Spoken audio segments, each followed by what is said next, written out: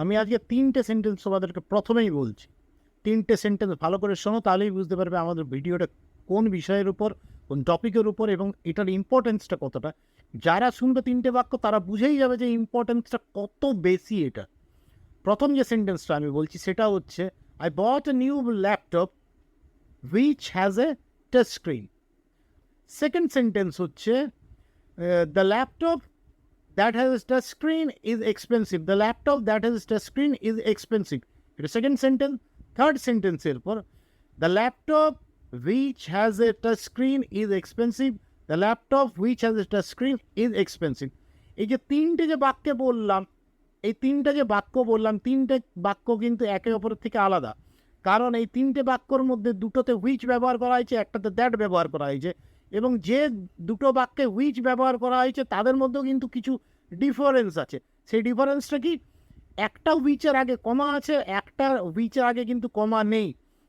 এই যে ডিফারেন্সেসগুলো হয়, কোনো এক ধরনের সেন্টেন্সে লিঙ্কার হিসাবে দ্যাট ব্যবহার করছি, কোনো এক ধরনের সেন্টেন্সে আমরা লিঙ্কার হিসাবে হুইচ ব্যবহার করছি, এবং কোনো কোনো সেন্টেন্সে হুইচ ব্যবহার করার ক্ষেত্রে তার আগে আমরা কমা ব্যবহার করছি, কোনোটাতে আমরা কমা ব্যবহার করছি না। এই ডিফারেন্সগুলো কি, এই ডিফারেন্সগুলো কেন হয়, ব্যবহার কেন আসে সেন্টেন্সে, এই বিষয়ের উপর আজকে আমাদের এই ভিডিও। তোমরা অবশ্যই এই ভিডিওটা শেষ অবধি দেখো। অনেক স্টুডেন্ট তো বাদ দাও, অনেক টিচারের ক্ষেত্রে এইগুলো, এই টপিকটার উপর কিন্তু খুবই কনফিউশন আছে, এবং তাই আমি তোমাদেরকে বলবো ভিডিওটা তোমরা কিন্তু শেষ অবধি অবশ্যই দেখো, অবশ্যই দেখো। অনেক গুরুত্বপূর্ণ একটা জিনিস তোমরা জানতে পারবে। তার আগে একটা ছোট্ট ইন্ট্রো দিয়ে নিই। लोग मुझे सौमित्र रक्षित कहते हैं, मैं हूँ आपका छोटा सा नन्हा सा प्यारा सा दोस्त, हम सफर गाइड। যাই বলো, আর তোমরা দেখছো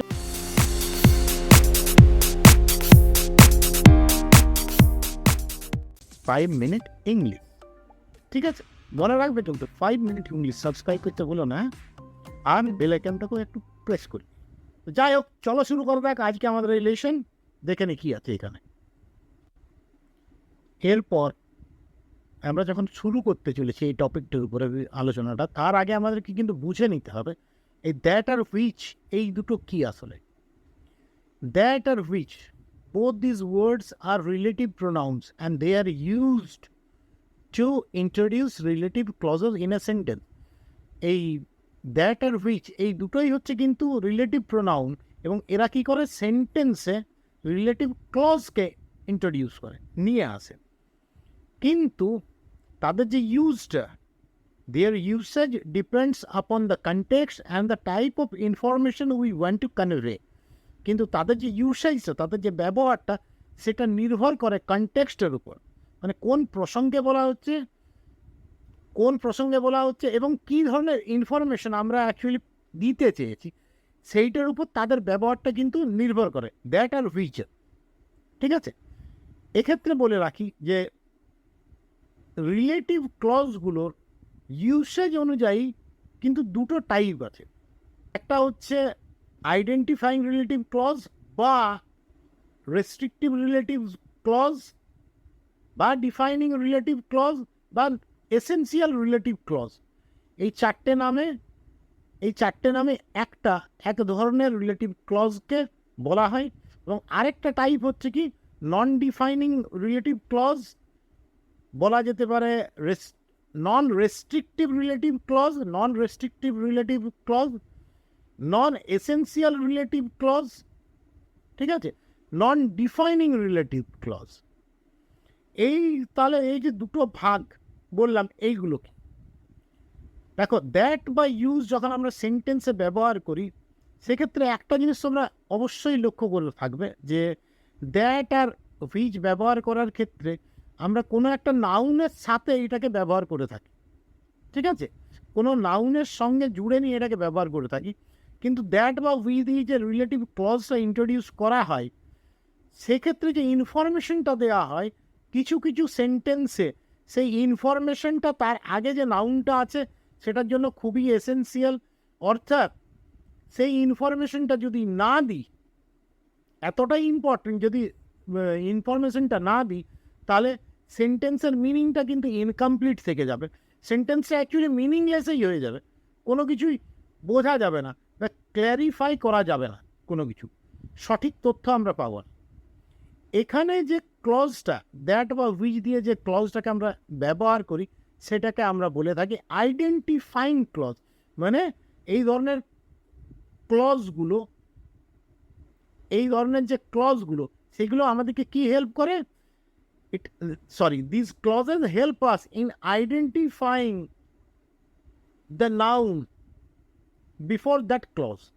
তাই আগে যে নাউনটা আছে তাকে আইডেন্টিফাই করার ক্ষেত্রে আমাদেরকে সেটা কিন্তু হেল্প করে থাকে। মানে ওই রিলেটিভ ক্লজটার ব্যবহার ছাড়া আগের যে নাউন যার সঙ্গে অ্যাকচুয়ালি যাকে উদ্দেশ্য করে বসানো হয়েছে তার ইনফরমেশন ইনকমপ্লিট থেকে যাবে, তার আইডেন্টিটি ইনকমপ্লিট থেকে যাবে। অর্থাৎ সেই নাউনটার জন্য ওই ক্লজটা হচ্ছে খুবই এসেনসিয়াল, মিনিংটা ক্লিয়ার করার জন্য সেই ক্লজটা হচ্ছে খুবই এসেনসিয়াল। যেমন ধরো আমি যদি বলি যে the laptop that has a touch screen is expensive, the laptop that has a touch screen is expensive. ঠিক আছে, এখানে যে কোনো ল্যাপটপের কথা কিন্তু বলা হচ্ছে না, এখানে বলা হচ্ছে যে ল্যাপটপটাতে টাচ স্ক্রিন আছে সেটা এক্সপেন্সিভ। এবং that has a touch screen, এই যে ক্লজটা মাঝখানে ঢোকানো হয়েছে কার জন্য বসানো হয়েছে, এটাই দ্য ল্যাপটপের জন্য। তো দ্য ল্যাপটপের জন্য যে that has a touch screen এই ক্লজটাকে যদি আমরা তুলে নিই, উইথড্র যদি করে নিই, তাহলে কি পড়ে থাকছে, the laptop is expensive. Meaning কিন্তু একেবারেই চেঞ্জ হয়ে গেল, যে ল্যাপটপটা হলে এক্সপেন্সিভ। কোন ল্যাপটপ আমরা কিন্তু বুঝতে পারছি না। আমাকে তাই ল্যাপটপটাকে আইডেন্টিফাই করার জন্য, আমাকে ডিফাইন করার জন্য সেই ক্লজটা কিন্তু অবশ্যই দিতে হবে, the laptop that has a touch screen. ওই পার্টিকুলার ল্যাপটপটাকে বলা হচ্ছে যেটাতে কি আছে, টাচ স্ক্রিন আছে। তাই এখানে এটা কি হয়ে গেল, এই ক্লজটা হয়ে গেল এসেনশিয়াল রিলেটিভ ক্লজ বা আইডেন্টিফাইং রিলেটিভ ক্লজ বা রেস্ট্রিকটিভ রিলেটিভ ক্লজ বা ডিফাইনিং রিলেটিভ ক্লজ। আরেকবার বললে এসেনশিয়াল রিলেটিভ ক্লজ বলতে আমরা কি বললাম, যেখানে ক্লজটা সেন্টেন্সের মিনিংটা ক্লিয়ার করার জন্য বা নাউনটার আইডেন্টিটিকে ক্লিয়ার করার জন্য খুবই এসেনশিয়াল, সেইগুলো হচ্ছে কি বললাম, আইডেন্টিফাইং রিলেটিভ ক্লজ। এই ধরনের সেন্টেন্সগুলোতে যে রিলেটিভ প্রোনাউনটা ব্যবহার করা হয় সেটা কি, দ্যাট, এবং সেটা আবার হুইচও, অর্থাৎ দ্যাট আর হুইচ। আইডেন্টিফাইং যে ক্লজ যেখানে হবে সেখানে দ্যাট আর হুইচ দুটোই ব্যবহার করা যাবে, ক্লিয়ার।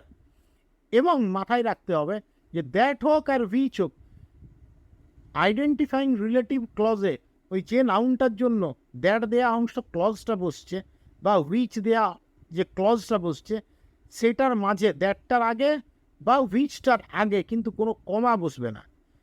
তাই কি আছে, the laptop that has a touch screen is expensive বা the laptop which has a touch screen is expensive.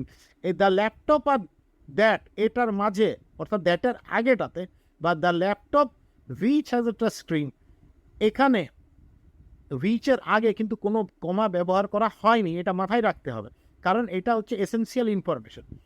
এরপরে অন্য আরেকটা এক্সাম্পল আমরা দেখে নিই, যেখানে নন এসেনশিয়াল ক্লজ ব্যবহার করা হয়।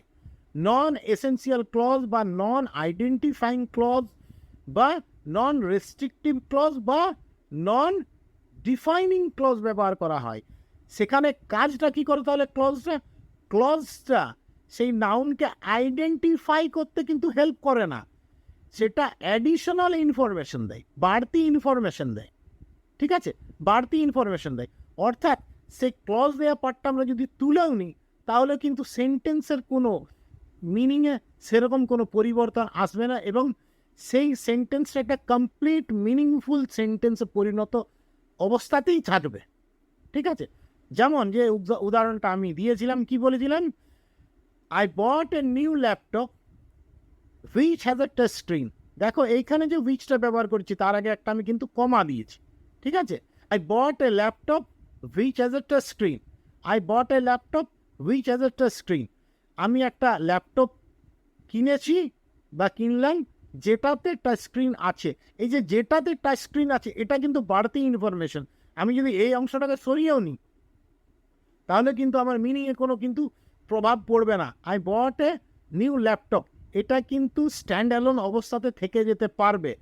তার অর্থ সম্পূর্ণ করার জন্য ওই পরের যে ক্লজটা বা পার্টটা আছে সেটার কিন্তু কোনো দরকার নেই, ঠিক আছে? ও স্ট্যান্ড অ্যালোন অবস্থাতেই কিন্তু মিনিংফুলেই থেকে যাবে। ক্লিয়ার? এটা হলো নন আইডেন্টিফাইং ক্লজ। এবং এখানে সবসময় মনে রাখবে যে এখানে কিন্তু হুইচই ব্যবহার করতে হবে। এই নন আইডেন্টিফাইং ক্লজে কিন্তু হুইচই ব্যবহার করতে হবে। এবং আরেকটা জিনিস, এখানে কিন্তু হুইচটার আগে একটা কমা অবশ্যই ব্যবহার করতে হবে, কেননা এটা কিন্তু এসেন্সিয়াল রিলেটিভ ক্লজ নয়, এটা হচ্ছে কি নন এসেন্সিয়াল রিলেটিভ ক্লজ, যেটা অ্যাডিশনাল বা বাড়তি ইনফরমেশন দিচ্ছে, প্রয়োজনীয় নয় কিন্তু বাড়তি দিচ্ছে। আগের যেটা এসেন্সিয়াল ক্লজগুলোতে যেখানে প্রয়োজনীয় ছিল তথ্যটা, সেখানে তথ্যটা না দিলে মিনিং ক্লিয়ার হতো না। এখানে কিন্তু বাড়তি ইনফরমেশন, সেন্টেন্সটা স্ট্যান্ড অ্যালোন অবস্থায় থেকে যেতে পারে বাড়তি ইনফরমেশনটা না দিলেও। এবং এই ধরনের বাক্যগুলিতে যে ক্লজটা ব্যবহার করি সেটা শুধুমাত্র কিন্তু হুইচ, এখানে কিন্তু দ্যাট ব্যবহার করা হয় না, এটা মনে রাখবে। ইনফর্মাল ইংলিশে কিছু কিছু ক্ষেত্রে ব্যবহার করা হয়, কিন্তু ফর্মাল ইংলিশে কখনোই এটা ব্যবহার করা হয় না। এখানে সবসময় হুইচ ব্যবহার করা হবে এবং হুইচের আগে কিন্তু একটা কমা দিতে হবে। অর্থাৎ অ্যাডিশনাল ইনফরমেশন দিতে হলেই আমাদেরকে কিন্তু যে নাউনটার জন্য অ্যাডিশনাল বাড়তি ইনফরমেশন দিচ্ছি সেখানে কিন্তু আমাদেরকে হুইচ দিয়েই ক্লজটাকে ইন্ট্রোডিউস করতে হবে। এবং সেই হুইচটার আগে কিন্তু একটা, সেই নাউনটা এবং সেই হুইচটা দিয়ে যে ক্লজটা আছে সেই হুইচটার আগে কিন্তু একটা কমা দিতে হবে, তাহলেই সেটা নট আইডেন্টিফাইং ক্লজকে সঠিকভাবে ইন্ট্রোডিউস করতে পারবে এবং সেন্টেন্সটাও কিন্তু ঠিকঠাক থাকে। ঠিক আছে? তোমাদের যদি এই ভিডিওটা ভালো লাগে তাহলে কিন্তু অবশ্যই তোমরা লাইক করবে, শেয়ার করবে, সাবস্ক্রাইব করবে, ফেসবুক চ্যানেলে ফলো করবে, ইউটিউব চ্যানেলে সাবস্ক্রাইব করবে, পাশে যে বেল আইকনটা আছে সেটাকে হালকা করে খুঁজে দিই, ঠিক আছে? তাহলে পরবর্তী ভিডিওগুলোর নোটিফিকেশান তোমাদের খুব সহজেই চলে আসবে। আর আজকের আমার এই ভিডিওর কেমন লাগলো বলো তো? কনফিউশনটা দূর হয়েছে? আশা করি হয়েছে। আমি যতটা পারলাম চেষ্টা করলাম এবং তোমাদের, আমি জানি যে তোমাদের নিশ্চয়ই ভালো লেগেছে। বলছিলাম একটু শেয়ার করে দিও, হ্যাঁ? আমারও ভালো লাগবে, খেটে খুটে পড়াচ্ছেন। ভালো থাকো আজকের জন্য, বাই, গুড নাইট।